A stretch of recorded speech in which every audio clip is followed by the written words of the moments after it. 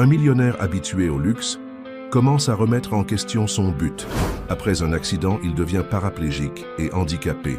Une mère célibataire accepte de s'occuper de lui pour de l'argent. Ce qu'elle a fait les semaines suivantes a laissé tout le monde bouleversé. Avant d'écouter ce récit, pense à t'abonner à la chaîne. Le salon du Ritz scintillait de l'éclat des bijoux coûteux et des sourires répétés. Pierre Lachance, le magnate de l'immobilier, ajusta sa cravate de soie italienne et força un nouveau sourire en saluant les invités. À 45 ans, il était à l'incarnation même du succès. Cheveux gris parfaitement taillés, costume sur mesure et Rolex en or au poignet. « Pierre, chéri ». La voix stridente de sa fiancée, Valérie, perça le brouhaha de la fête. Elle s'approcha, moulée dans une robe rouge, une coupe de champagne à la main. « Tu dois rencontrer le nouvel ambassadeur. Il est impatient de discuter de ce projet. À Dubaï. » Pierre acquiesça mécaniquement, se laissant guider par sa fiancée à travers la mer de visages familiers, tous membres de la haute société parisienne. Pendant qu'il marchait, il ne put s'empêcher de remarquer comment les yeux des convives les suivaient. Le couple parfait, l'envie de tous. Pourtant, quelque chose était différent ce soir-là. Peut-être était-ce le champagne, ou peut-être le poids de ses 45 ans qui se faisait sentir. Mais Pierre commença à voir la scène d'un autre œil. Les sourires semblaient plus plastiques, les rires plus forcés, les conversations plus vides. Et que... Puis je lui ai dit, ma chère, ce Birkin est tellement 2023. Valérie riait aux éclats avec un groupe de mondaines. Pierre se surprit à observer la scène comme s'il était hors de son propre corps. Était-ce cela? Était-ce la vie pour laquelle il avait travaillé si dur? Un défilé interminable d'événements mondains, d'affaires superficielles et de relations basées sur l'intérêt? « Excusez-moi », murmura-t-il, s'éloignant du groupe. Ignorant les regards confus, Pierre se dirigea vers le balcon de l'hôtel, l'air frais de la nuit parisienne, frappant son visage comme une gifle de réalité. Dehors, le contraste ne pouvait être plus grand. Alors que la fête continuait dans sa splendeur artificielle, la vraie vie pulsait dans les rues en contrebas. Des vendeurs ambulants, des touristes insouciants, des habitants locaux rentrant chez eux après une longue journée de travail. Pierre se surprit à envier ces gens simples, avec leurs vies apparemment pleines de sens. « Tout va bien, mon amour ?» Valérie apparut à ses côtés, une pointe d'irritation dans sa voix. « L'ambassadeur attend. » Pierre se tourna vers elle, la voyant comme pour la première fois. Le visage parfait, résultat de nombreuses petites interventions, comme elle aimait les appeler. Les yeux verts, mis en valeur par des lentilles de contact colorées. Le sourire étudié, prêt pour n'importe quel photographe qui pourrait apparaître. « Valérie », commença-t-il, sentant un nœud dans sa gorge. « T'es-tu déjà demandé si c'est vraiment ce que nous voulons de la vie ?» Elle cligna des yeux, confuse. « Comment ça, Pierre? Nous avons tout ce que quelqu'un pourrait désirer. L'argent, le statut, le respect de tous. Mais, et le bonheur? Le but ?» Les mots sortèrent de sa bouche avant qu'il ne puisse les retenir. « Tu ne sens pas qu'il manque quelque chose ?» Valérie rit un son mélodieux et vide. « Chérie, je pense que tu as trop bu. Retournons à la fête. Il y a des gens importants qui t'attendent. » Mais Pierre ne bougea pas. Ses yeux vagabondèrent vers l'horizon où les lumières de la ville rencontraient l'obscurité de la Seine. Quelque part là-bas se trouvait le garçon qu'il était autrefois, plein de rêves et d'idéaux. Que penserait ce garçon de l'homme qu'il était devenu? « J'ai besoin de temps, dit-il brusquement. »« Du temps? De quoi parles-tu » Valérie était visiblement irritée maintenant. « Nous avons le dîner de bienfaisance la semaine prochaine et ensuite le lancement du nouveau projet. Il n'y a pas de temps pour... » « Non, Valérie, Pierre l'interrompit, sa voix ferme. « J'ai besoin de temps pour moi, pour réfléchir, pour me retrouver. » Il s'éloigna du balcon, laissant une Valérie bouche bée derrière lui. Traversant le salon, il ignora les appels et les regards curieux. Pour la première fois depuis des années, Pierre ne se souciait pas de ce que les autres pensaient. Dans l'ascenseur, seul avec ses pensées, il prit une décision. Il allait visiter son ancienne maison d'enfance dans la campagne de Bourgogne. L'endroit où il passait les étés de sa jeunesse, avant que l'ambition et la quête du succès ne le consument. Pendant que l'ascenseur descendait, Pierre ressentit un mélange de peur et d'excitation. Il était sur le point d'embarquer dans un voyage qui pourrait tout changer. Une quête non seulement de ses racines, mais d'un sens plus profond à son existence. Dans le hall de l'hôtel, Il ignora le voiturier offrant les clés de sa Porsche. Au lieu de cela, il marcha jusqu'à la rue et leva la main pour un taxi qui passait. « Où allons-nous, monsieur ?» demanda le chauffeur, observant dans le rétroviseur l'homme élégamment vêtu qui montait dans sa voiture. Pierre hésita un moment, puis répondit avec une conviction qu'il n'avait pas ressentie depuis des années. « C'est à l'aéroport. Je rentre chez moi. » Le taxi plongea dans la circulation nocturne de Paris, emportant Pierre loin de la vie qu'il connaissait. Tandis que les lumières de la ville défilaient en un flou, il ne put s'empêcher de penser à ce qu'il laissait derrière lui et à ce qu'il pourrait trouver devant. Dans sa poche, son téléphone portable vibrait sans cesse. Des messages de Valérie, des appels manqués d'associés et d'amis. Mais pour la première fois depuis des décennies, Pierre ne se souciait pas de répondre. Son cœur battait avec une anxiété presque adolescente, mêlée à une peur de l'inconnu qu'il n'avait pas ressentie depuis longtemps. Les rues familières de Paris cédèrent la place à l'autoroute menant à l'aéroport. Pierre observait le paysage changer, réfléchissant à la façon dont sa vie s'était transformée au fil des ans. D'un jeune homme plein d'idéaux à un homme piégé dans une cage dorée de sa propre création. À l'aéroport, il acheta un billet pour Lyon, d'où il prendrait un autre vol pour la campagne. Assis dans la salle d'embarquement, Pierre se retrouva entouré de familles en vacances, d'hommes d'affaires pressés et de backpackers décontractés. Tous semblaient avoir un but, une direction. Il se demanda quand il avait perdu le sien. Lorsque le vol fut annoncé, Pierre se leva, laissant derrière lui non seulement la ville, mais toute une vie. En marchant vers la porte d'embarquement, il ne put s'empêcher de sentir qu'il faisait le premier pas vers quelque chose de plus grand, quelque chose qui pourrait enfin combler le vide qui le consumait depuis si longtemps. L'avion décolla, emportant Pierre vers une destination incertaine. Alors que les lumières de Paris s'éloignaient, il ferma les yeux, s'autorisant pour la première fois depuis des années à rêver de possibilités. Que trouverait-il dans son ancienne maison? Quels souvenirs l'attendaient? Et plus important encore, quelle version de lui-même redécouvrirait-il? Pierre ne savait pas que ce voyage ne serait que le début d'un parcours beaucoup plus profond et transformateur qu'il ne pouvait l'imaginer. Un voyage qui le ramènerait non seulement à ses racines, mais à une confrontation avec son propre être, ses valeurs et le véritable sens du succès et du bonheur. Tandis que l'avion fendait le ciel nocturne, Pierre Lachance, le puissant magnate du marché immobilier, dormait. Et dans ses rêves, pour la première fois depuis longtemps, il souriait, un sourire authentique, libéré des contraintes des attentes sociales et du poids de l'empire qu'il avait construit. Le destin, cependant, avait d'autres plans pour Pierre. Des plans qui mettraient à l'épreuve sa détermination, défieraient ses convictions et le forceraient à affronter des vérités longtemps enfouies. Mais pour l'instant, cette nuit-là dans le ciel, il n'était qu'un homme à la recherche de lui-même, volant vers un avenir incertain, mais plein de possibilités. Le soleil venait à peine de se lever lorsque Pierre débarqua au petit aéroport de Mâcon. L'air chaud et humide de la campagne bourguignonne l'enveloppa comme une étreinte familière, faisant remonter des souvenirs longtemps oubliés. Il ajusta sa veste, maintenant froissée après le voyage, se sentant déplacé parmi les quelques passagers qui arrivaient, la plupart vêtus de vêtements simples et portant des valises usées. « Taxi, patron ?» Un homme d'âge moyen s'approcha, souriant de manière authentique.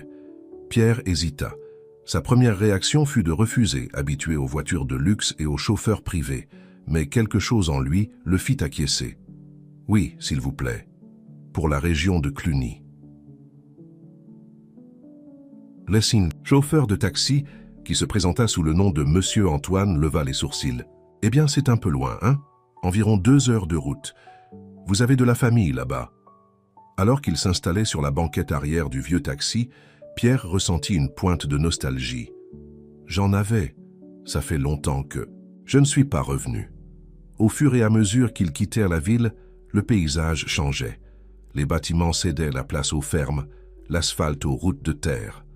Pierre observait tout avec un mélange de fascination et d'appréhension. Chaque virage de la route semblait ramener un morceau de son enfance. « Excusez ma curiosité, » dit Monsieur Antoine, regardant dans le rétroviseur. « Mais ce n'est pas tous les jours que j'emmène quelqu'un d'aussi bien habillé par ici. Vous revenez visiter la famille. » Pierre hésita. « En fait, je retourne dans mon ancienne maison, où ce qu'il en reste. » Le chauffeur de taxi hocha la tête, compréhensif. « Ah, je comprends. Beaucoup de gens font ça, vous savez, reviennent pour revoir leurs racines. Parfois, on a besoin de regarder en arrière pour savoir où on va, n'est-ce pas? Les mots simples de l'homme touchèrent Pierre de manière inattendue. C'était exactement ce qu'il faisait, n'est-ce pas? Chercher dans les souvenirs du passé un sens à son présent. Au fur et à mesure qu'ils avançaient sur la route sinueuse, Pierre se surprit à partager plus qu'il ne l'avait prévu. Il parla de son enfance dans la région, des étés passés dans la maison de son grand-père, des jeux dans le ruisseau qui traversait à la propriété. C'était des temps plus simples, réfléchit-il, plus pour lui-même que pour Monsieur Antoine. « Et c'était mieux ?» demanda le chauffeur de taxi, sa voix douce. La question prit Pierre par surprise. Était-ce mieux? Il avait tant accompli depuis. Richesse, pouvoir, reconnaissance. Mais le bonheur? Avant qu'il ne puisse répondre, un fort coup secoua la voiture. Monsieur Antoine jura doucement, manœuvrant le véhicule sur le bas-côté. « Crevaison », annonça-t-il après une rapide inspection. « Ne vous inquiétez pas, patron, j'ai une roue de secours.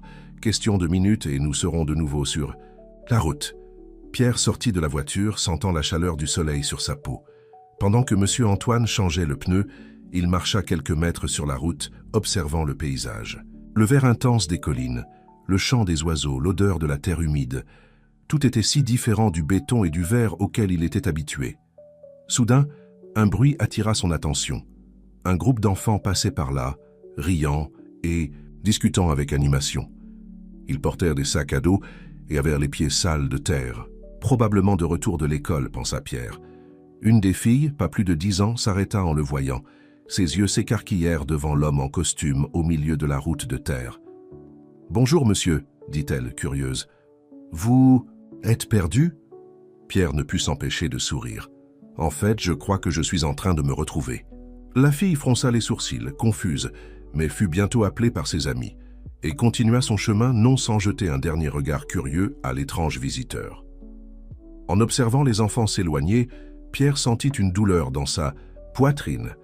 Il se souvint de lui-même à cet âge, courant sur ces mêmes routes, sans souci, sans le poids du monde sur les épaules. Quand avait-il perdu cette légèreté? « C'est prêt, patron !» La voix de Monsieur Antoine le ramena au présent. « Nous pouvons reprendre la route. » De retour dans la voiture, Pierre remarqua que ses mains étaient sales de terre. Au lieu de les nettoyer immédiatement comme il l'aurait fait habituellement, il hésita, observant la saleté sur ses doigts. C'était comme si cette terre le reconnectait avec quelque chose oublié depuis longtemps. À mesure qu'ils approchèrent de Cluny, l'anxiété de Pierre grandissait. Que trouverait-il? La maison serait-elle encore debout? Et si elle l'était, que signifierait-elle pour lui maintenant? « C'est juste là », annonça Monsieur Antoine, pointant une route latérale. « La propriété des Lachance, n'est-ce pas? Tout le monde par ici la connaît. » Pierre acquiesça, la gorge soudainement sèche. Lorsque la voiture s'arrêta enfin devant un vieux portail en bois, il eut l'impression que le temps s'était arrêté. La maison était là, un peu plus petite que dans ses souvenirs, les murs s'écaillant, le toit ayant besoin de réparation. Mais elle était là, un morceau tangible de son passé. « Vous voulez que j'attende, patron ?»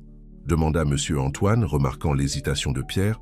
« Non, merci, répondit Pierre, sa voix presque un murmure. « Je pense que je vais rester ici un moment. » Il paya la course, donnant un généreux pourboire au chauffeur. Monsieur Antoine le remercia, lui souhaitant bonne chance avant de partir. Seul devant le portail, Pierre sentit le poids de ses décisions. Pas seulement la décision de venir jusqu'ici, mais tous les choix qui l'avaient conduit à devenir l'homme qu'il était aujourd'hui. Avec un profond soupir, il poussa le portail, qui grinça en signe de protestation. Chaque pas vers la maison semblait chargé de sens. Les souvenirs l'inondaient. L'odeur du café frais le matin, le son du ruisseau au fond de la propriété, les rires de la famille réunis sur la terrasse. En arrivant à la porte d'entrée, Pierre hésita. Sa main trembla en atteignant la poignée. C'était comme si, en ouvrant cette porte, il ouvrait non seulement une maison abandonnée, mais une partie oubliée de lui-même. Le grincement de la porte résonna dans la maison vide. Pierre fit un pas à l'intérieur, la poussière dansant dans la lumière qui entrait par les fenêtres sales. Meubles couverts, tableaux aux murs, tout exactement comme il l'avait laissé des années auparavant. En marchant lentement dans le salon, ses doigts effleurèrent un vieux piano.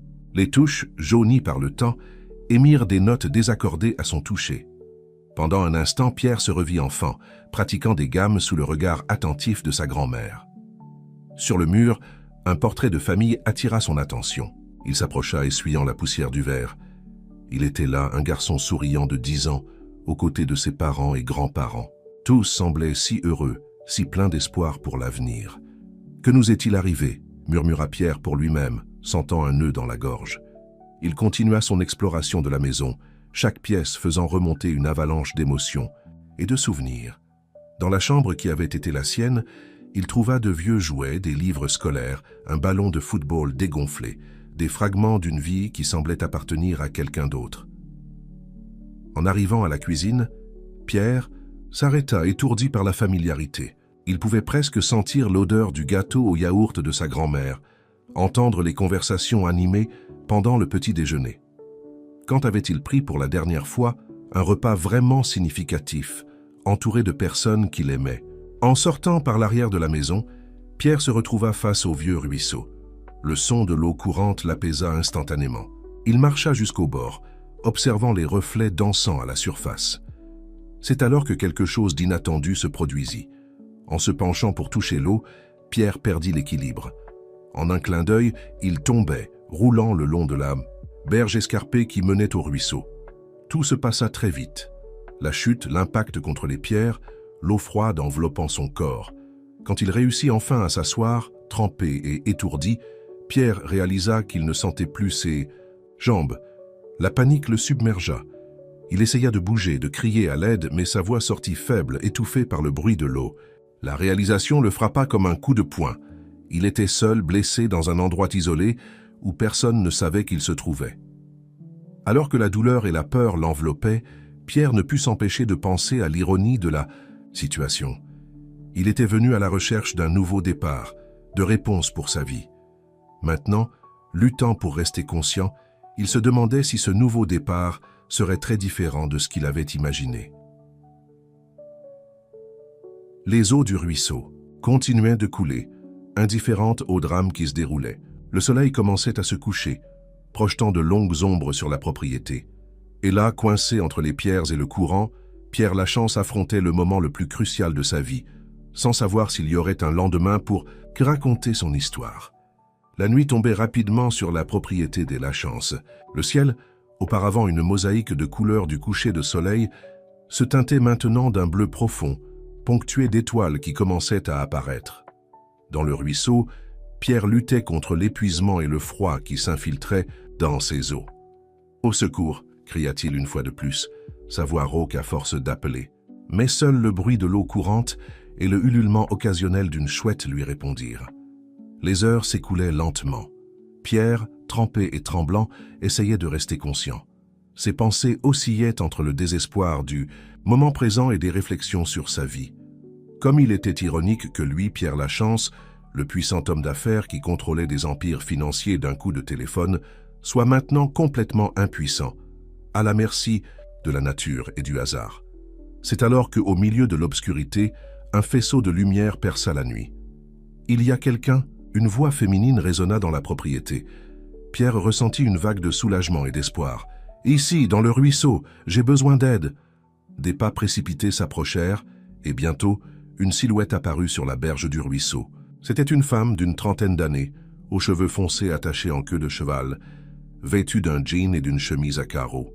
« Mon Dieu !» s'exclama-t-elle, dirigeant la lampe torche vers Pierre. « Que s'est-il passé? Vous allez bien ?»« Je suis tombé, » répondit Pierre, essayant de garder une voix ferme. « Je ne sens plus mes jambes. » La femme agit rapidement. Avec précaution, elle descendit jusqu'au ruisseau, évaluant la situation.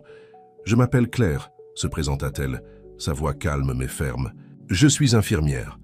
Je vais vous aider, mais j'ai besoin que vous restiez le plus immobile possible, d'accord ?» Pierre acquiesça, reconnaissant de la présence compétente de Claire. Elle sortit son téléphone portable de sa poche et passa. « C'est un appel rapide. Jean, c'est Claire. J'ai besoin d'aide urgente à l'ancienne propriété des Lachance. Oui, maintenant. Amène Sébastien aussi et des cordes. » En attendant, Claire posa des questions à Pierre, le gardant conscient et évaluant. « Ses blessures. Vous avez de la chance, » commenta-t-elle. « Je suis passé par ici par hasard. J'habite à la ferme voisine et je fais parfois des promenades nocturnes. » Pierre essaya d'esquisser un sourire. Je ne pense pas que « chance » soit le mot que j'utiliserais pour décrire ma situation actuelle. Claire le regarda avec un mélange de compassion et de curiosité. « Qu'est-ce qui vous amène ici, si je peux me permettre ? Cette maison est abandonnée depuis des années. » Avant que Pierre ne puisse répondre, des voix et des lumières s'approchèrent. 2 hommes apparurent, sur la berge du ruisseau, portant des cordes et une civière improvisée. Avec précaution et sous les instructions précises de Claire, ils réussirent à sortir Pierre de l'eau et à le ramener sur la terre ferme. Le processus fut douloureux et Pierre se mordit les lèvres pour ne pas crier. « Nous devons l'emmener à l'hôpital de Mâcon », déclara Claire après un rapide examen. « Jean, tu peux conduire ?» L'homme plus âgé acquiesça et bientôt ils étaient tous dans un vieux pick-up, cahotant sur la route de terre en direction de la ville. Pierre, allongé à l'arrière du véhicule avec Claire à ses côtés surveillant ses signes vitaux, ressentit une vague de gratitude envers ces étrangers qui l'aidaient sans poser de questions. Le trajet jusqu'à l'hôpital sembla interminable. Chaque chaos de la route envoyait des ondes de douleur dans le corps de Pierre, mais il s'efforçait de garder son sang-froid. Claire, percevant son inconfort, lui prit la main. « Tout ira bien », assura-t-elle. « Nous sommes presque arrivés. » L'hôpital de Mâcon, l'équipe médicale agit rapidement. Pierre fut emmené pour des examens et bientôt le diagnostic fut confirmé. Une lésion à la colonne vertébrale qui compromettait temporairement les mouvements de ses jambes. « Vous devrez rester hospitalisé quelques jours », expliqua Lezi. Un médecin. La bonne nouvelle est qu'il ne semble pas y avoir de dommages permanents, mais la récupération prendra du temps et nécessitera une kinésithérapie intensive. Alors qu'il était installé dans une chambre particulière, Pierre se retrouva confronté à une nouvelle réalité. Lui qui avait toujours été aux commandes, dépendait maintenant complètement des autres pour les tâches les plus élémentaires. Claire, qui avait accompagné tout le processus, apparut à la porte de la chambre. « Je voulais juste voir comment vous alliez avant de partir », dit-elle, souriant gentiment. Pierre la regarda, ressentant un mélange de gratitude et de vulnérabilité auquel il n'était pas habitué. « Je ne sais pas comment vous remercier. Vous avez sauvé ma vie. » Claire fit un geste de la main pour minimiser. « Pas besoin de me remercier. N'importe qui aurait fait la même chose. » Mais Pierre savait que ce n'était pas vrai. Dans son monde, les gens faisaient rarement quelque chose sans rien attendre en retour. « Puis-je au moins connaître votre nom complet ?» demanda-t-il, « pour que je puisse vous remercier d'une manière ou d'une autre quand je sortirai d'ici. » Claire hésita un moment puis répondit « Claire Dupont. » « Mais vraiment aucune forme de remerciement n'est nécessaire, monsieur ?»« Lachance, Pierre Lachance, » se présenta-t-il, remarquant un éclair de reconnaissance dans ses yeux. « Et... bien, monsieur Lachance, reposez-vous maintenant, » dit Claire, sa voix douce. « Demain sera un nouveau jour. » Alors qu'elle sortait, Pierre se retrouva seul avec ses pensées. La chambre d'hôpital, bien que confortable, était un cruel rappel de la façon dont sa vie avait changé en l'espace de quelques heures. Son téléphone portable, récupéré de ses effets personnels trempés, ne cessait de vibrer avec des messages et des appels manqués de Valérie, d'associés et d'assistants. Ignorant les notifications, Pierre ferma les yeux, épuisé. Les dernières 24 heures défilèrent dans son esprit comme un film. La fête au Ritz, la décision impulsive de rentrer chez lui, l'accident dans le ruisseau. Comment une simple quête de sens avait-elle abouti à un changement si radical dans sa vie? Alors que le sommeil l'enveloppait, Pierre ne put s'empêcher de penser à Claire et à la gentillesse désintéressée dont elle avait fait preuve. C'était un contraste saisissant avec le monde auquel il était habitué, où chaque action avait un prix, chaque faveur exigeait une contrepartie. Dans les jours qui suivirent, Pierre dut faire face non seulement aux défis physiques de son état, mais aussi à une profonde réévaluation de sa vie et de ses valeurs. Les visites des médecins et des infirmiers, les séances douloureuses de kinésithérapie, tout semblait être un test de sa détermination et de sa patience. Valérie finit par réussir à lui parler au téléphone, sa voix mêlant inquiétude et irritation. « Pierre, pour l'amour du ciel, où t'es-tu fourré?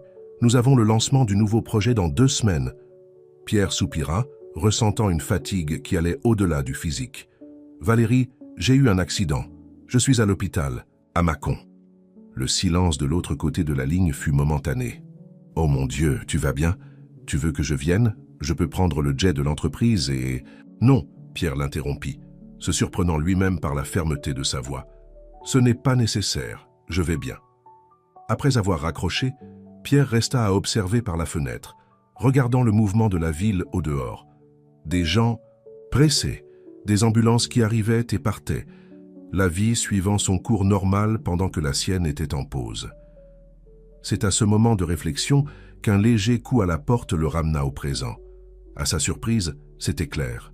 « Excusez-moi, de vous déranger », dit-elle entrant timidement dans la chambre. « J'étais de garde et j'ai pensé venir voir comment vous alliez. » Pierre sentit un sourire involontaire se former sur ses lèvres. « S'il vous plaît, entrez, et vous pouvez m'appeler Pierre. » Claire s'approcha, ses yeux examinant les moniteurs et le visage de Pierre avec un regard professionnel. « Comment vous sentez-vous? Physiquement ou émotionnellement ?» demanda Pierre, mi-plaisantant, mi-sérieux. Claire sourit, compréhensive. « Les deux, je suppose. » Pour une raison qu'il ne pouvait pas expliquer, Pierre se surprit à s'ouvrir à cette quasi-inconnue. Il parla de sa vie à Paris, du sentiment de vide qu'il avait ramené à la maison de son enfance, de l'accident et des réflexions qui en avaient découlé. Claire écouta attentivement, sans juger. Quand Pierre eut fini, elle resta silencieuse un moment avant de parler. « Vous savez, Pierre, parfois la vie nous force à nous arrêter pour que nous puissions vraiment voir ce qui est important, » dit-elle doucement. « Peut-être que c'est votre moment de redécouverte. » Les paroles de Claire résonnèrent profondément en Pierre. Il l'observa, remarquant pour la première fois les détails. Les yeux fatigués mais gentils, les mains calleuses de quelqu'un qui travaillait dur, la posture de quelqu'un qui portait des responsabilités plus grandes qu'il n'y paraissait. « Et vous, Claire ?» se surprit-il à demander. « Quelle est votre histoire ?» Un sourire triste passa sur les lèvres de Claire. « Ah, c'est une longue histoire, peut-être pour une autre fois.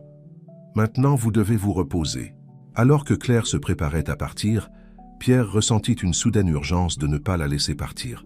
« Pourriez-vous revenir demain ?» demanda-t-il, se sentant étrangement vulnérable. « Si ce n'est pas trop demandé, bien sûr. » Claire s'arrêta à la porte, le regardant avec une expression que Pierre ne parvint pas à déchiffrer. « Bien sûr, » répondit-elle finalement. « À demain, Pierre. » Quand la porte se referma, Pierre se retrouva dans un état d'esprit qu'il n'avait pas expérimenté depuis des années.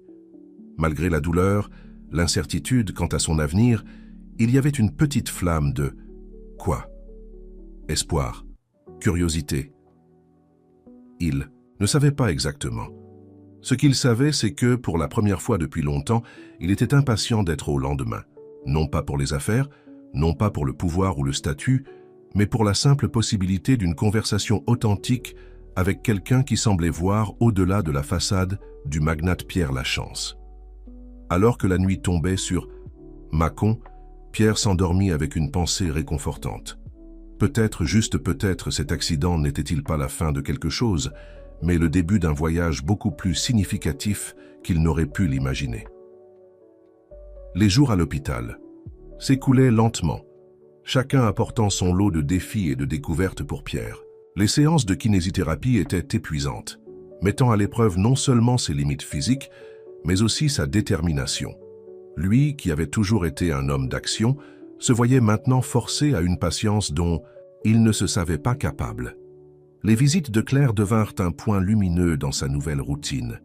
Elle apparaissait presque tous les jours, parfois seulement pour quelques minutes entre ses gardes, d'autres fois restant des heures, discutant de tout et de rien. « Comment s'est passée la kinésithérapie aujourd'hui ?» demanda Claire lors d'une de ses visites, s'asseyant sur la chaise à côté du lit de Pierre. Il soupira, passant la main dans ses cheveux maintenant décoiffés. « Difficile, frustrant. J'ai l'impression de réapprendre à marcher. » Claire sourit avec compréhension. « D'une certaine façon, c'est le cas, mais chaque petit progrès est une victoire, Pierre. N'oubliez pas ça. » Il y avait quelque chose dans sa façon de parler, un mélange de fermeté et de douceur, qui donnait à Pierre l'envie de faire plus d'efforts. C'était un sentiment étrange pour quelqu'un habitué à donner des ordres, pas à en recevoir. « Claire, commença-t-il, hésitant, vous ne m'avez jamais raconté votre histoire. Comment avez-vous fini ici à Mâcon ?» Elle resta silencieuse un moment, les yeux fixés sur la fenêtre de la chambre. « C'est une longue histoire, en fait. Je ne sais même pas par où commencer. » Par le début, suggéra Pierre, un sourire jouant sur ses lèvres. Claire rit doucement. C'est juste. Eh bien, je suis né et j'ai grandi ici même, dans une ferme. Pas très loin de votre ancienne propriété.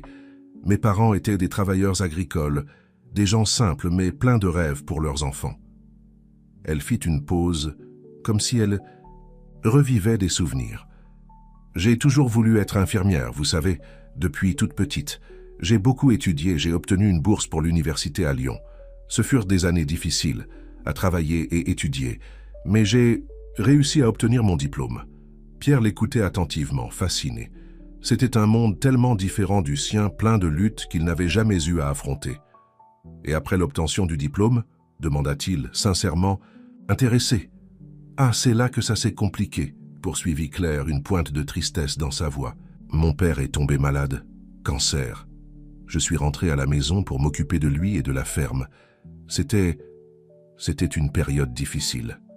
Pierre sentit un nœud dans sa gorge. Je suis désolé. Claire hocha la tête, le remerciant, silencieusement. Après son départ, j'ai pensé retourner dans la grande ville. Mais j'ai réalisé que c'était ici que j'étais le plus nécessaire. Il y a tellement de gens par ici qui ont besoin de soins médicaux et qui n'y ont pas facilement accès.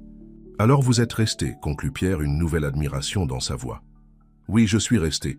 Je travaille à l'hôpital, je fais des visites à domicile quand je peux. Ce n'est pas une vie glamour, mais... Elle sourit, regardant. Directement, Pierre. C'est une vie avec un but. Les mots frappèrent Pierre comme la foudre. Un but. C'était exactement ce qu'il cherchait, n'est-ce pas? Ce qu'il avait ramené à la maison de son enfance cette nuit fatidique. Vous êtes une femme incroyable, Claire, dit-il doucement, surpris par la sincérité dans sa propre voix. Elle rougit légèrement, détournant le regard. Je fais juste ce que je crois être juste, Pierre. Rien de plus. Le silence qui suivit était confortable, plein de réflexions non dites. Ce fut Claire qui finit par le briser. Et vous, Pierre, que comptez-vous faire quand vous sortirez d'ici? La question le prit par surprise. Il n'avait pas beaucoup pensé au-delà de sa récupération immédiate. Je ne sais pas, admit-il. Ma vie à Paris semble si lointaine maintenant, si vide. Claire l'observa attentivement. Peut-être est-il temps de la remplir avec quelque chose de nouveau. Avant que Pierre ne puisse répondre, le téléphone portable de Claire sonna.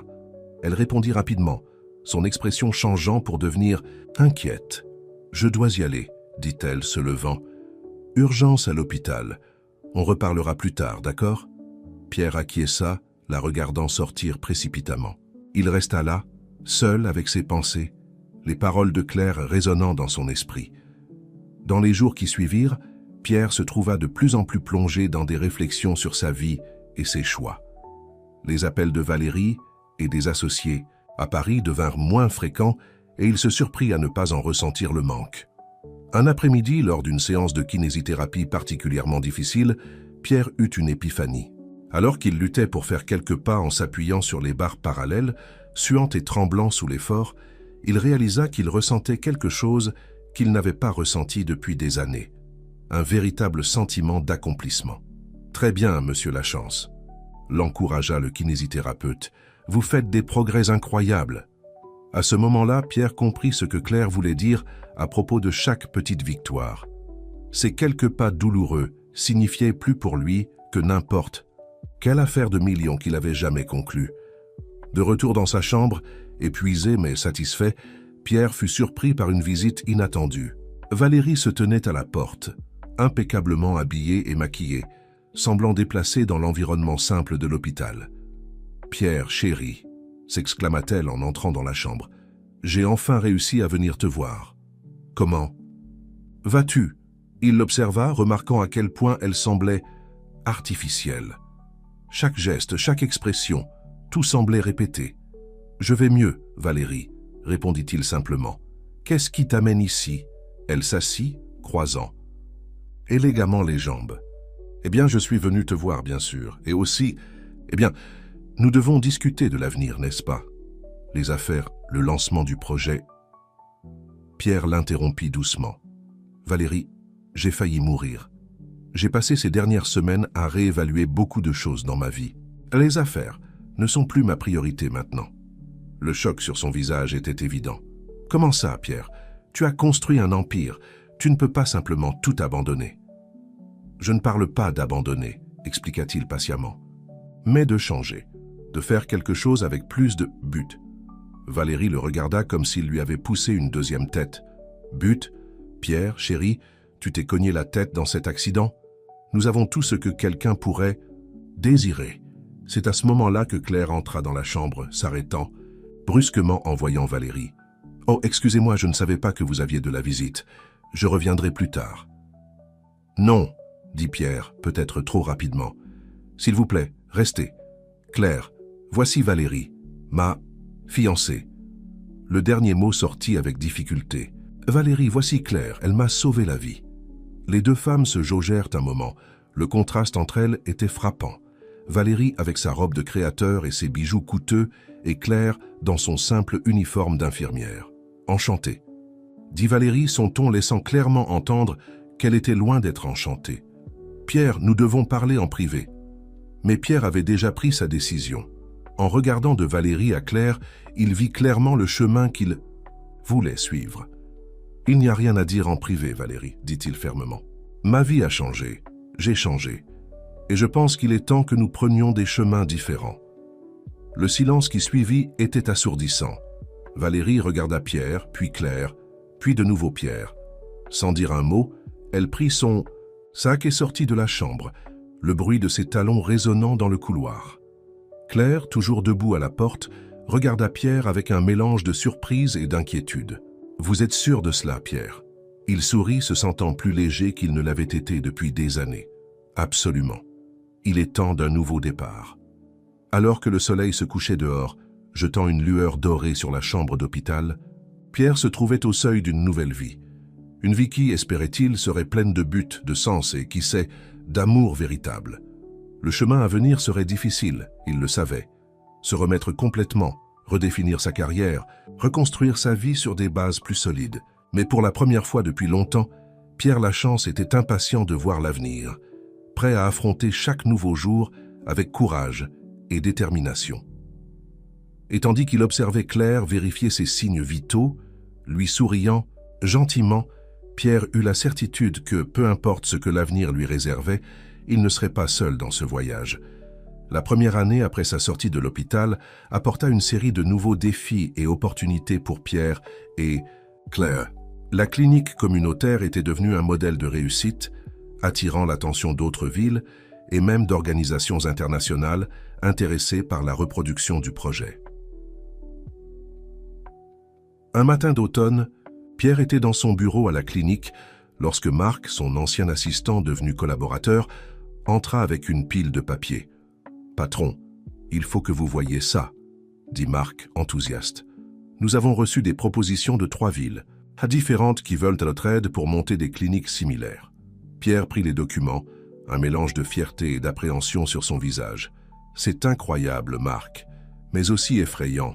Je ne sais pas si nous sommes prêts à nous développer si rapidement. » À ce moment-là, Claire entra dans la pièce, une expression pensive sur le visage. « Pierre, nous avons une situation intéressante.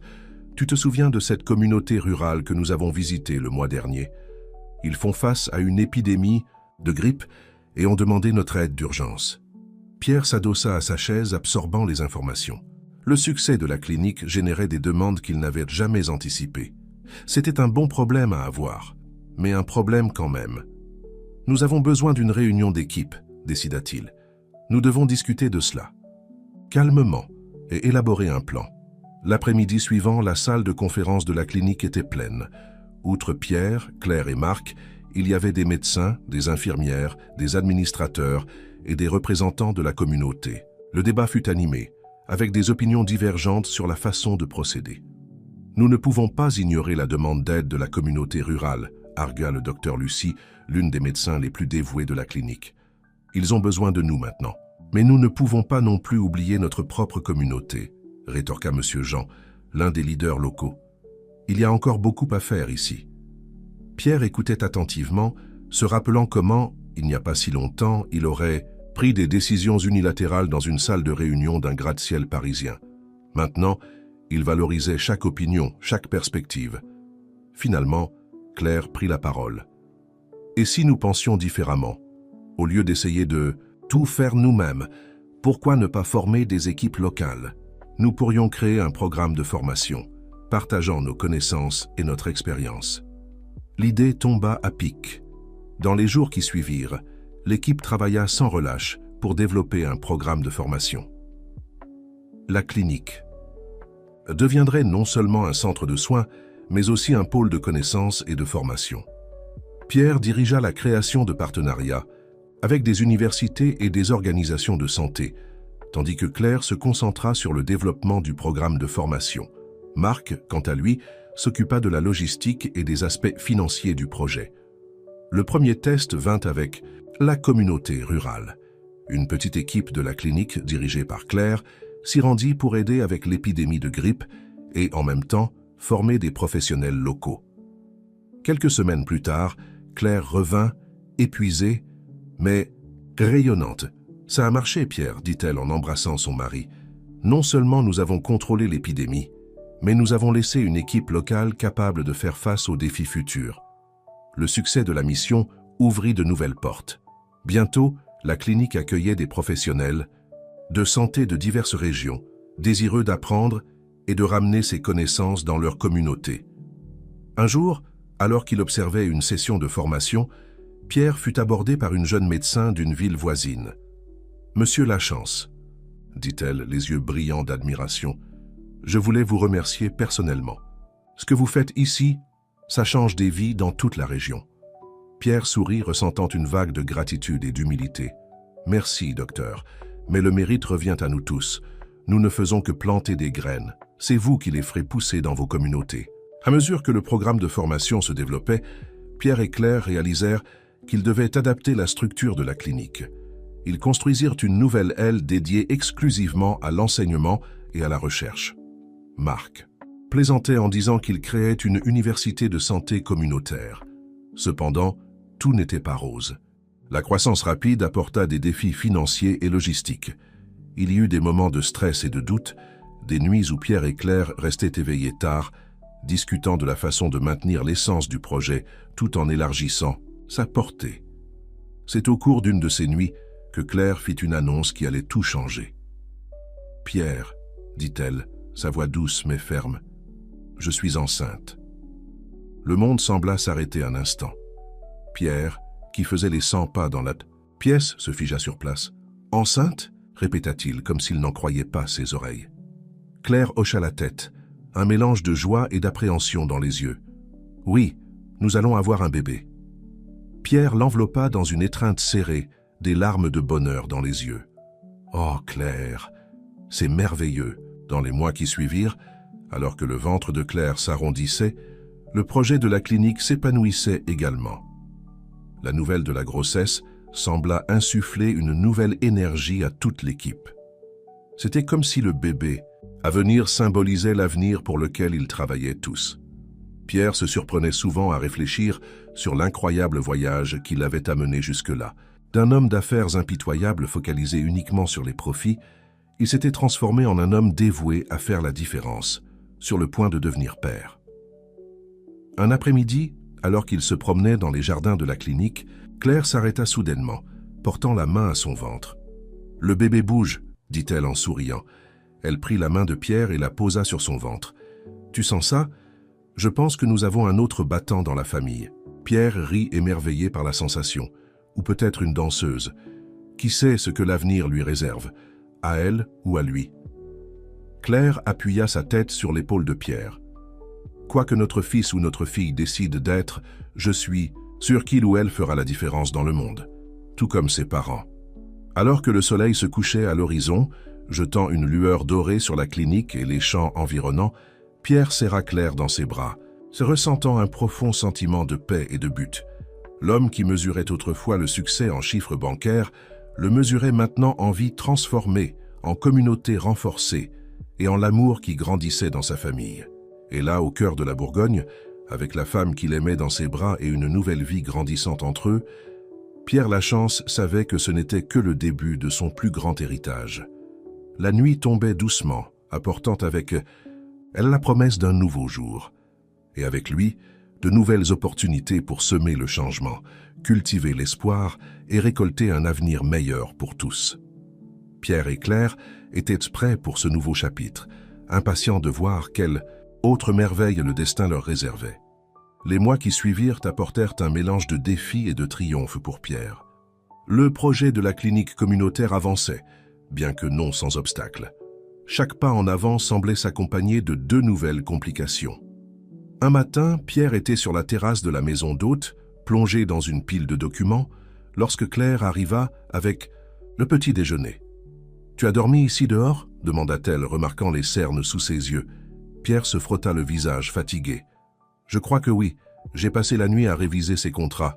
Les bureaucrates de la mairie compliquent l'obtention du terrain pour la clinique. » Claire posa le plateau sur la table et s'assit à côté de lui. « Pierre, tu dois te reposer.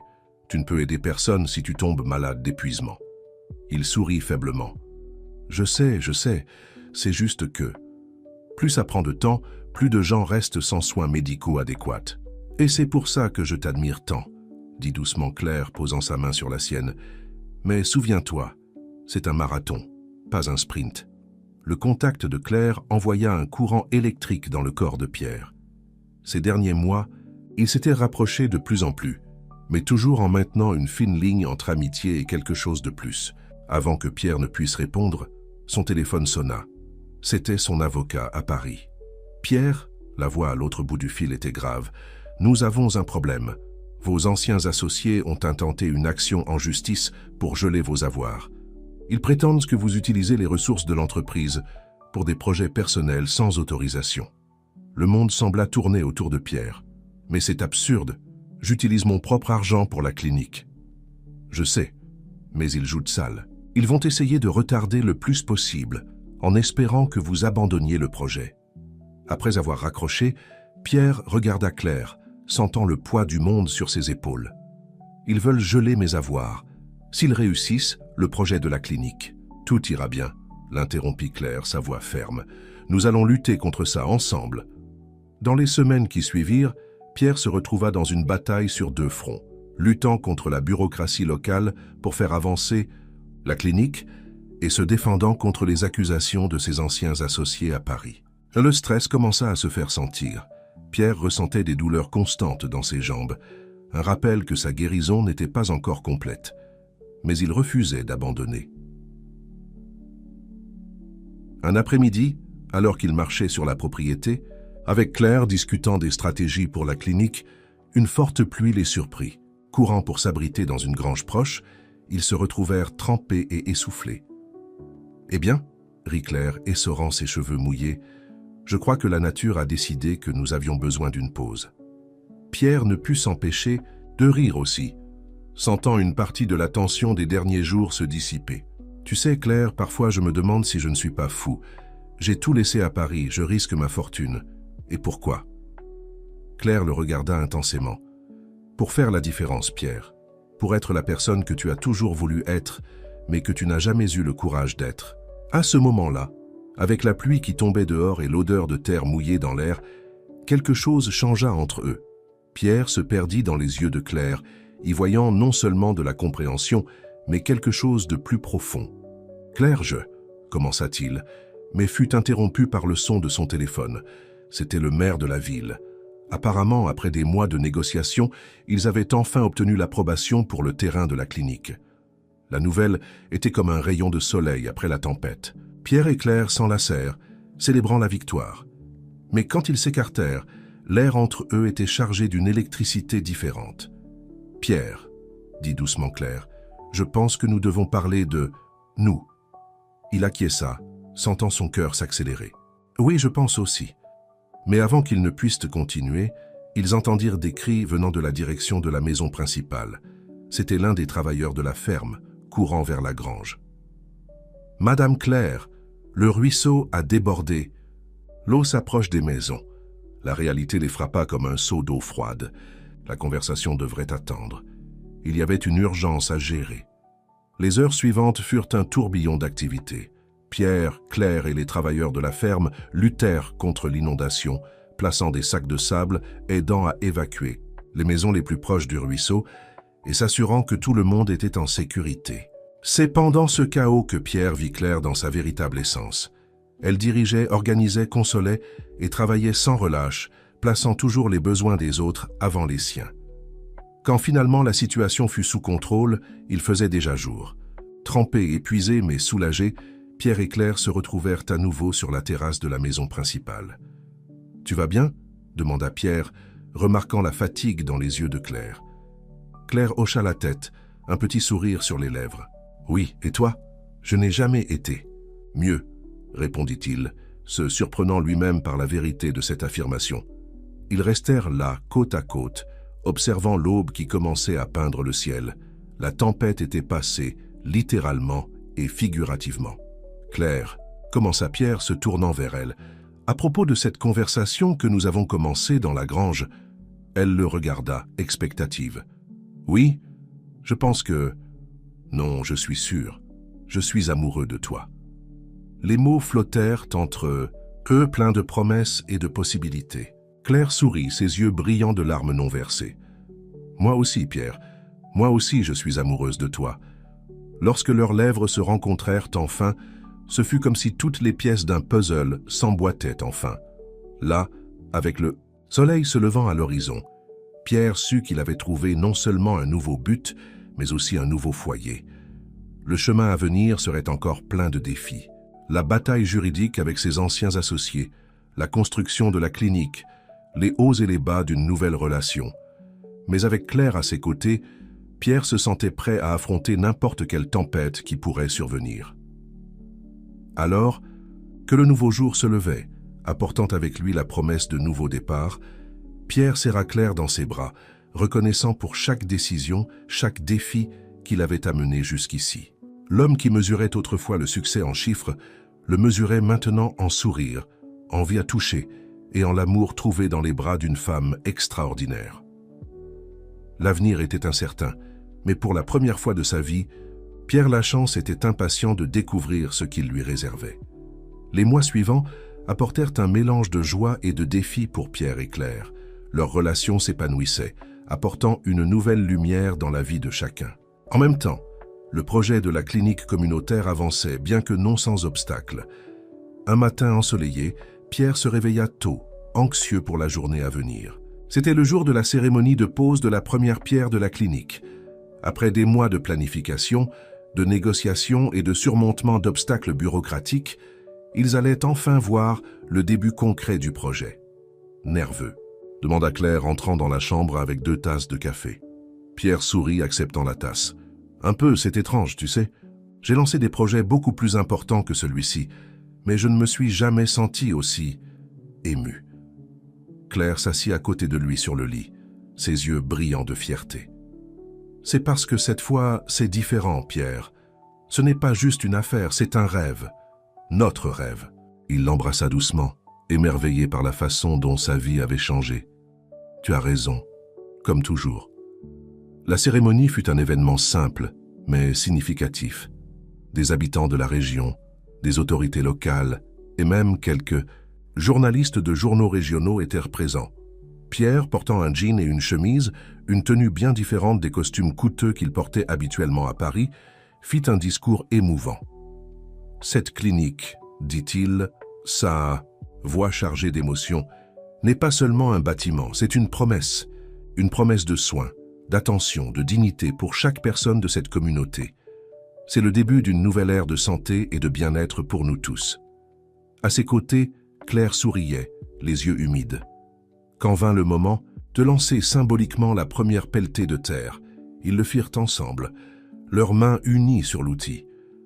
La journée semblait parfaite, une célébration de tout ce qu'ils avaient accompli. Mais le destin avait d'autres plans. Alors qu'ils discutaient avec les invités après la cérémonie, Pierre remarqua un homme en costume s'approcher, une enveloppe à la main. Son cœur se serra en reconnaissant l'expression sérieuse du nouveau. « Venu. Monsieur Lachance ?» appela l'homme. « J'ai une convocation pour vous. » Le joyeux bourdonnement autour d'eux sembla s'évanouir. Pierre prit l'enveloppe d'une main tremblante, conscient des regards curieux des personnes présentes. « Qu'est-ce que c'est ?» demanda doucement Claire, l'inquiétude évidente dans sa voix.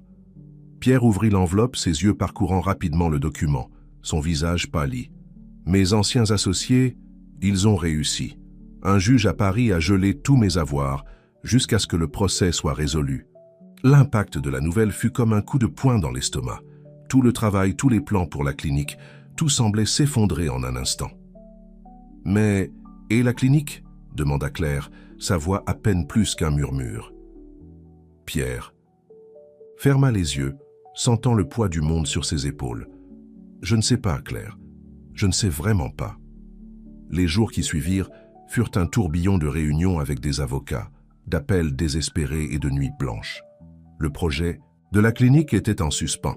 Les fournisseurs et les constructeurs exigeaient des garanties que Pierre ne pouvait pas donner. Un soir, assis sur la terrasse de la maison de Claire, Pierre se permit pour la première fois d'envisager la possibilité d'abandonner. « Peut-être que je devrais retourner à Paris, » dit-il doucement, évitant le regard de Claire. « Régler ce gâchis, essayer de sauver ce que je peux de mes affaires. » Claire le regarda, un mélange de tristesse et de détermination dans les yeux. « C'est vraiment ce que tu veux, Pierre, retourner à cette vie ?» Il soupira profondément. « Non, ce n'est pas ce que je veux. Mais que puis-je faire d'autre? Sans argent, comment allons-nous construire la clinique? Comment vais-je aider les gens ici ?» C'est alors que Claire fit quelque chose qui surprit Pierre.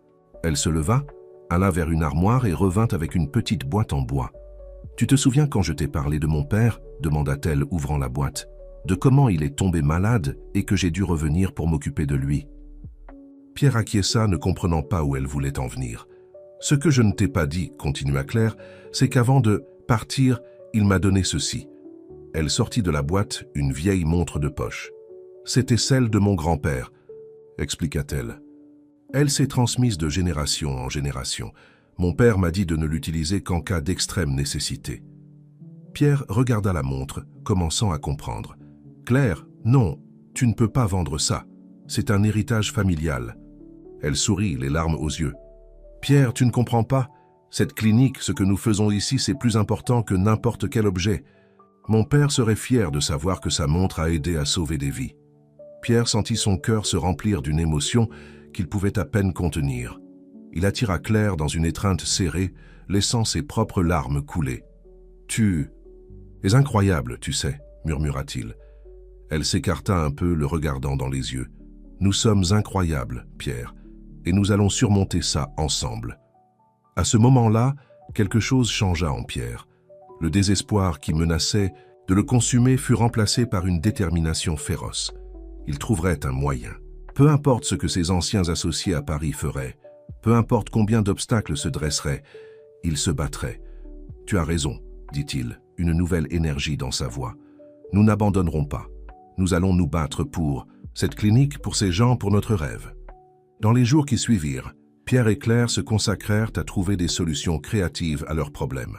Ils organisèrent des événements de collecte de fonds dans la communauté, cherchèrent des partenariats avec des entreprises locales et lancèrent même une campagne de financement participatif en ligne. La nouvelle du gel des avoirs de Pierre, qui semblait initialement être un coup fatal, eut finalement un effet inattendu. L'histoire de l'ancien magnate qui avait tout abandonné pour construire une clinique à la campagne fit les gros titres, attirant l'attention et le soutien de tout le pays. Lentement mais sûrement, les choses commencèrent à changer. Des dons commencèrent à arriver. Des bénévoles se proposèrent pour aider à la construction. Des médecins d'autres régions se portèrent à volontaires pour venir travailler à la clinique une fois celle-ci terminée.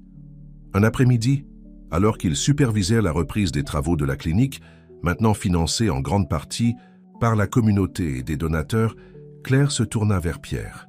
« Tu sais, » dit-elle, un sourire jouant sur ses lèvres, « je pense que nous devrions remercier tes anciens associés. » Pierre la regarda confus. « Comment ça ?»« Réfléchis, » expliqua-t-elle. « S'ils n'avaient pas gelé tes avoirs, tu aurais construit cette clinique tout seul.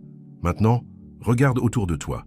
C'est toute la communauté qui construit ensemble. C'est beaucoup plus puissant ainsi, tu ne trouves pas ?»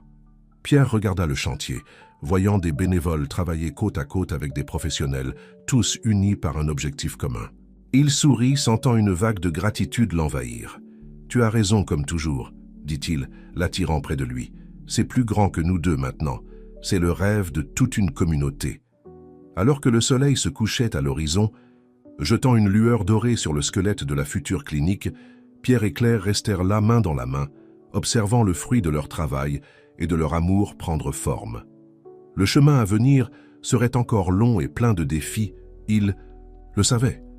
La bataille juridique à Paris était loin d'être terminée et il y avait encore beaucoup de travail à faire. Mais à ce moment-là, voyant la détermination dans les yeux des gens autour d'eux, sentant le soutien inébranlable de Claire à ses côtés, Pierre sut, avec une certitude qui venait du fond de son âme, qu'ils avaient fait le bon choix. L'homme qui mesurait, autrefois le succès en chiffres le mesurait maintenant en sourire, en vie transformée, et en l'amour inconditionnel qu'il avait trouvé dans les bras d'une femme extraordinaire. Et pour la première fois de sa vie, Pierre Lachance se sentait vraiment riche. L'automne arriva en Bourgogne, peignant le paysage de tons dorés et rouges. La construction de la clinique avançait à grands pas, portée par l'effort conjoint de la communauté. Pierre, qui dirigeait autrefois des projets millionnaires depuis un bureau luxueux, se retrouvait souvent les mains sales de terre, travaillant côte à côte avec des bénévoles et des ouvriers locaux.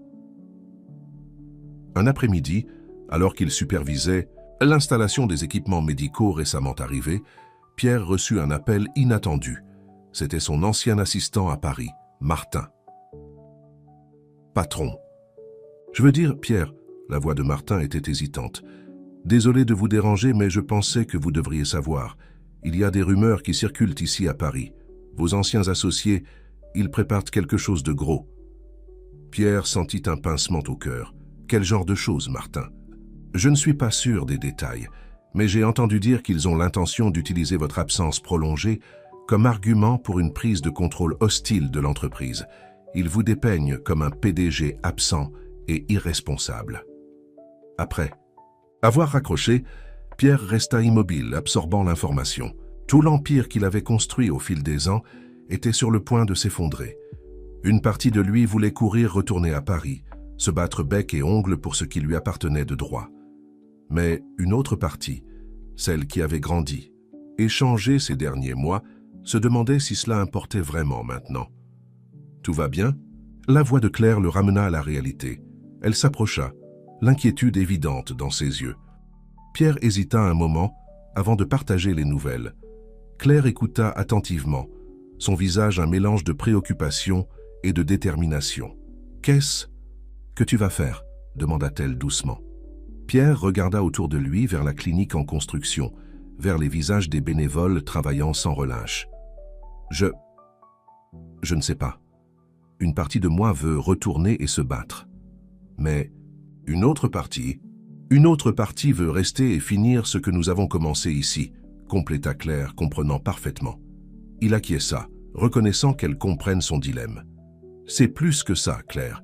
Ici, en faisant ça, je me sens complet, épanoui d'une manière que je n'ai jamais ressentie auparavant, même avec tous les millions que j'ai gagnés. » Claire sourit, prenant sa main. « Alors je pense que tu as déjà ta réponse. » Ce soir-là, assis sur la terrasse de la maison de Claire, ils discutèrent des prochaines étapes.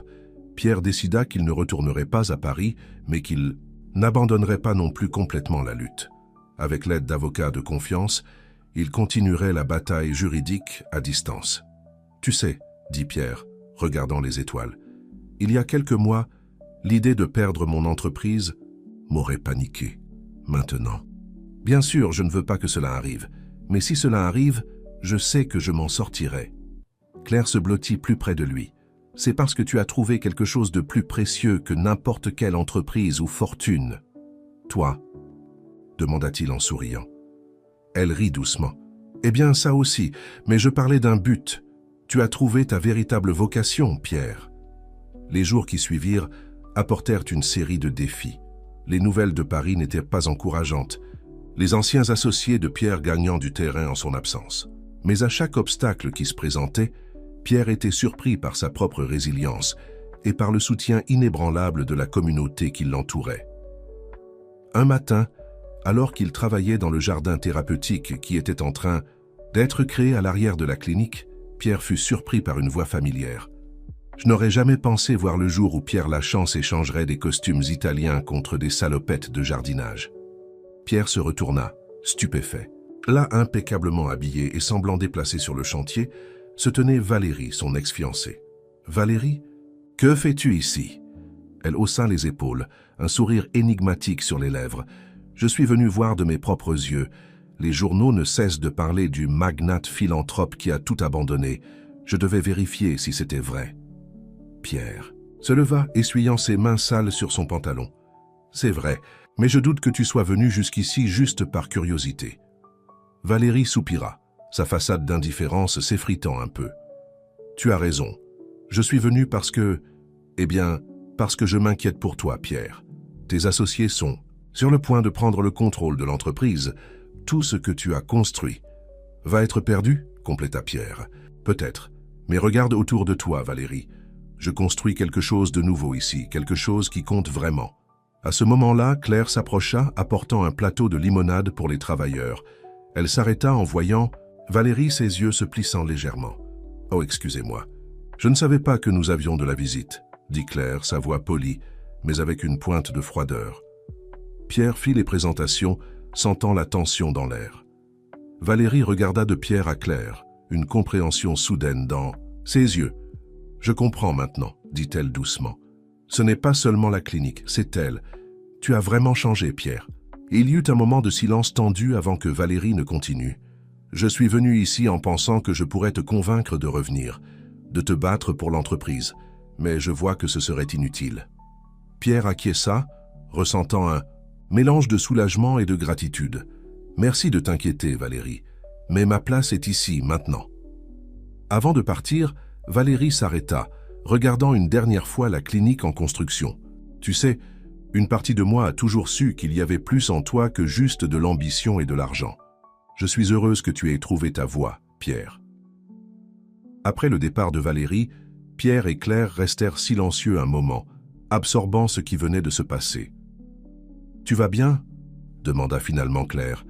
Pierre sourit, l'attirant près de lui. « Mieux que jamais, tu sais pourquoi ?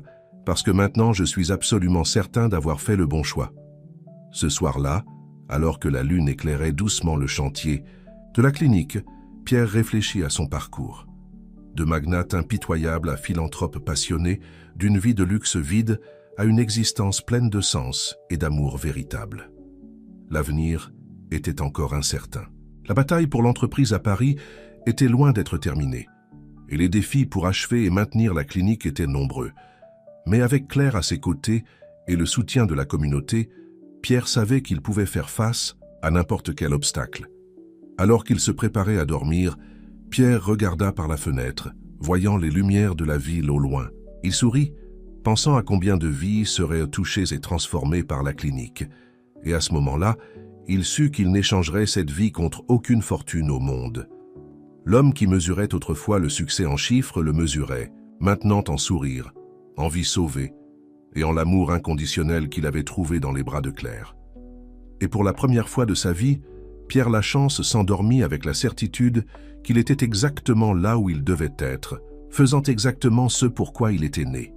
L'hiver arriva en Bourgogne, apportant avec lui des matins froids et des ciels d'un bleu cristallin. La clinique communautaire, maintenant presque achevée, se dressait majestueusement contre l'horizon, témoignage du pouvoir de l'union et de la persévérance. Pierre, les cheveux légèrement plus gris et des rides d'expression qui parlaient de nuits sans sommeil et de journées de travail acharnées, marchait dans le couloir principal de la clinique. Les murs, encore odorants de peinture fraîche, arboraient des fresques colorées peintes par des artistes locaux représentant des scènes de la vie rurale et des messages d'espoir et de guérison. Incroyable, n'est-ce pas?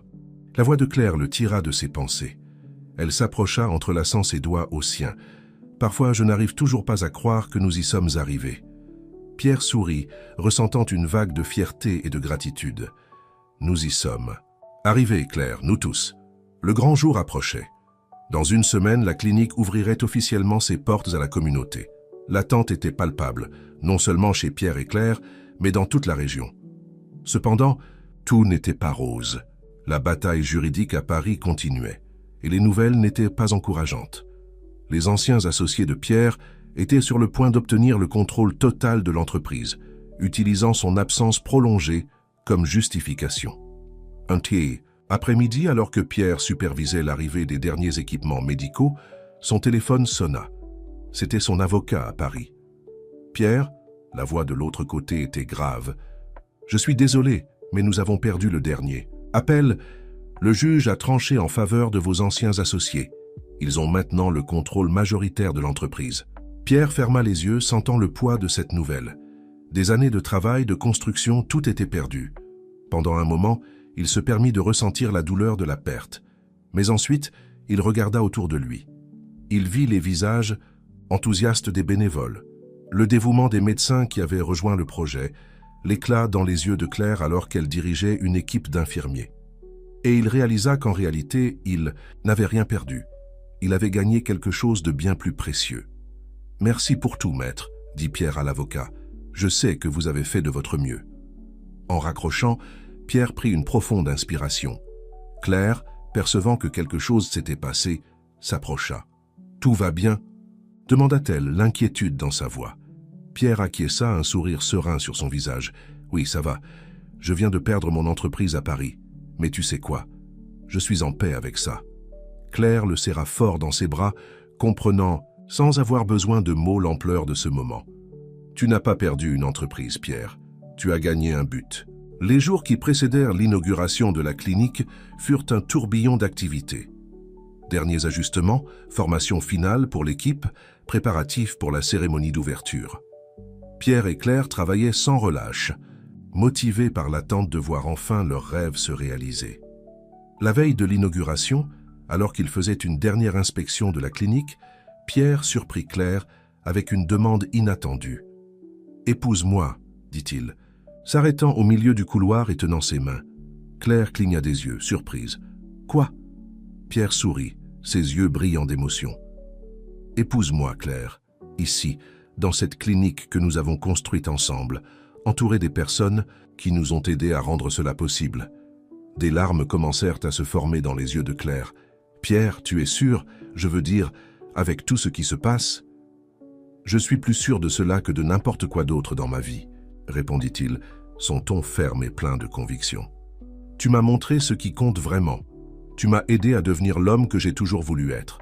Je veux passer le reste de ma vie à tes côtés, à construire plus de rêves comme celui-ci. » Claire l'embrassa, une réponse plus éloquente que n'importe quel mot aurait pu l'être.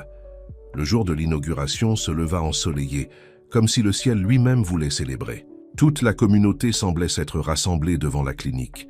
Des visages souriants, des enfants courant avec des ballons colorés, des personnes âgées émues de voir un rêve de décennies enfin se réaliser. Pierre et Claire, main dans la main, montèrent sur la petite scène installée pour l'occasion. Le bourdonnement de la foule diminua lorsque Pierre s'approcha du microphone. « Il y a un an, » commença-t-il, sa voix chargée d'émotion, « j'étais un homme différent, un homme qui croyait que le succès se mesurait en argent et en pouvoir. Mais alors un accident m'a amené ici, et ici, parmi vous, j'ai trouvé quelque chose de bien plus précieux. » Il fit une pause, regardant les visages attentifs devant lui. « J'ai trouvé un but, j'ai trouvé une communauté, et j'ai trouvé l'amour. » Il sourit à Claire qui lui rendit son sourire, les larmes aux yeux. « Cette clinique n'est pas la mienne, » poursuivit Pierre. « Elle n'est pas la nôtre. Elle est à vous tous. Chaque brique, chaque équipement, chaque peinture sur les murs raconte l'histoire d'une communauté qui s'est unie pour un bien plus grand. Et pour cela, je serai éternellement reconnaissant. » Lorsque les portes de la clinique furent officiellement ouvertes, l'émotion était palpable. Les gens embrassaient Pierre et Claire, les remerciant, pleurant, riant. C'était plus que l'inauguration d'un bâtiment.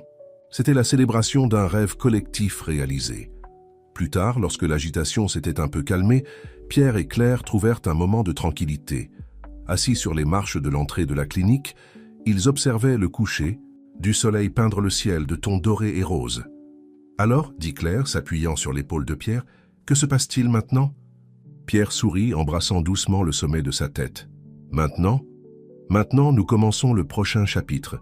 Nous avons un mariage à planifier, une clinique à gérer, et qui sait, peut-être plus de rêves à réaliser. » Alors, que les premières étoiles commençaient à parsemer le ciel, Pierre réfléchit à son parcours. De magnat impitoyable à philanthrope passionné, d'une vie de luxe vide à une existence remplie de sens et d'amour véritable. La route à venir aurait encore ses défis, il le savait. Maintenir la clinique en fonctionnement, étendre ses services, peut-être même reproduire le modèle dans d'autres communautés dans le besoin. Mais avec Claire à ses côtés et le soutien de toute une communauté, Pierre savait qu'il pouvait faire face à tout. L'homme qui mesurait autrefois le succès en chiffres le mesurait maintenant en vie transformée, en sourire sincère et en l'amour inconditionnel qu'il avait trouvé. Et là, assis sur les marches de la clinique qu'il avait aidé à construire, avec la femme qu'il aimait à ses côtés, Pierre Lachance comprit enfin le véritable sens de la richesse. L'avenir était brillant, plein de possibilités et de promesses. Et pour la première fois de sa vie, Pierre était vraiment impatient de voir ce que le lendemain apporterait.